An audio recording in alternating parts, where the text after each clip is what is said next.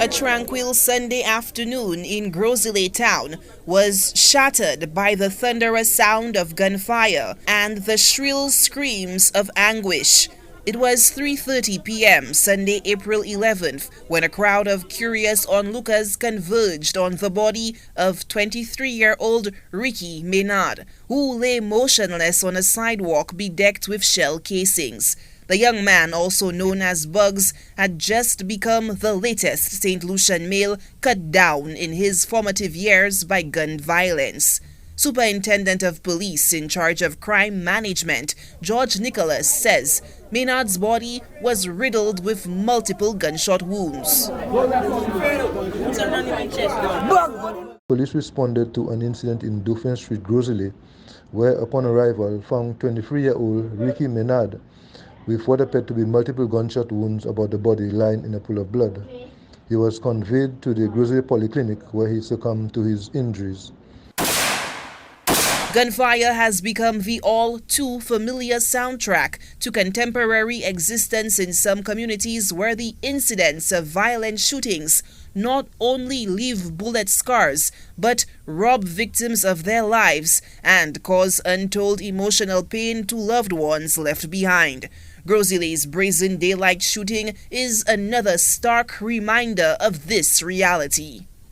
A post-mortem is scheduled for a later date to ascertain the cause of death. Police are continuing the investigation in this latest homicide.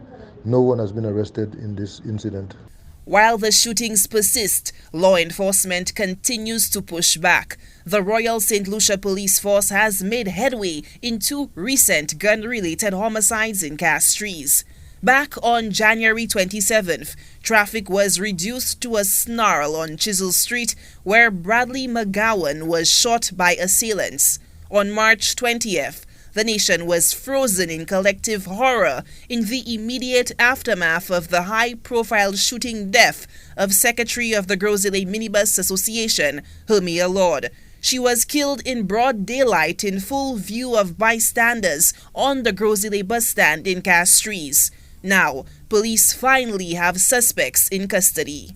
With the arrest of two suspects, one for the January 27th homicide on Chisel Street, Castries, the other for the March 20th homicide on Darling Road, Castries. Charges are expected to be laid shortly. Moreover, a level of resolve was brought to the Tuapitois slaying of 19-year-old Zenadine Royston Felicien, who was viciously gunned down near his home.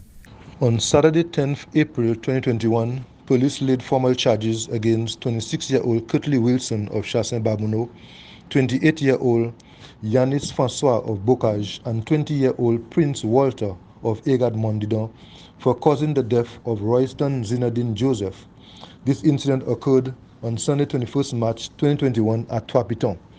The three individuals were also slapped with two additional charges each of attempted murder arising out of the same incident on the 21st of March at Tuapiton. Commissioner of Police Milton Daisy has commended law enforcement and the general public for the breakthrough in the homicide cases. I wish to thank all those who assisted the police with information leading to the arrest of the suspects. Special thanks to the police officers who had sleepless nights pursuing the suspect in the various cases. St. Lucia's known homicide count for 2021 as of April 12th stood at 17. Solange Alfred, HTS News Force.